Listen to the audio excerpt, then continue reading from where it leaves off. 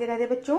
आज हम समझते हैं कि दूध से दही कैसे बनता है। ठीक है, हम लोग इतना तो जानते हैं कि कुछ लाभदायक बैक्टीरिया होते हैं और कुछ हानिकारक बैक्टीरिया होते हैं। तो जो लाभदायक बैक्टीरिया होते हैं वो दही में पाए जाते हैं। ठीक है, तो दूध से दही बनने के लिए जो बैक्टीरिया रिस्पॉन्सिबल होता है उसका नाम क्या होता है? Lactobacillus bacteria. ठीक है, तो अभी आपको इस पॉइंट को याद रखना है कि लैक्टिक अम्ल उत्पन्न करके दूध को दही में बदलता है। जो लैक्टिक एसिड बैक्टीरिया होता है, जिसको हम लोग लैक्टोबैसिलस बैक्टीरिया भी कहते हैं, ये क्या करता है? लैक्टिक एसिड उत्पन्न करके दूध को दही में बदलता है। सबसे पहले हम जानते हैं कि जब हम दूध से दही जमाते हैं तो हम उसमें जामन डालते हैं। ठीक है, तो उसमें बहुत सारे बैक्टीरिया होते हैं।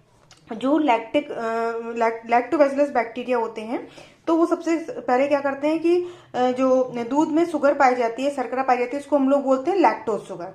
ठीक है, उस लैक्टोज शुगर को लैक्टिक अम्ल में चेंज कर देते हैं। ये बैक्टीरिया क्या करते हैं? लैक्टोज शुगर को लैक्टिक अम्ल में चेंज कर देते हैं। और यही लैक्टिक अम्ल जो होता है, दूध में जो प्रोटीन पाई जाती है जिसको हम लोग केसीन बोलते हैं, उसको जमा देता है। ठीक है, उस प्रोटीन को जमा के फिर वो दही में कन्वर्ट हो जाता है।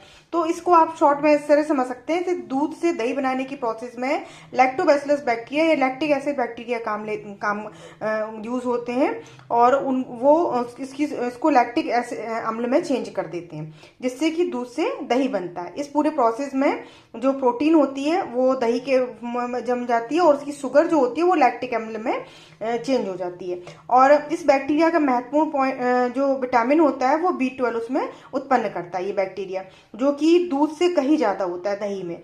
ठीक है, तो आपको क्या मेन पॉइंट याद रखने हैं कि दूध से दही बनने के लिए लैक्टिक एसिड बैक्टीरिया जो होते हैं लैक्टोबैसिलस, वो लैक्टिक अम्ल उत्पन्न करते हैं, और जिससे दूध से दही में बदलता है। तो उस बैक्टीरिया का नाम पूछा जाता है, इस सारे प्रोसेस को पूछा जाता है। तो आप इस चार्ट से इजी वे में आप इसको समझ सकते हैं, और इसको समझ के आप अच्छे से लिख सकते हैं इसको।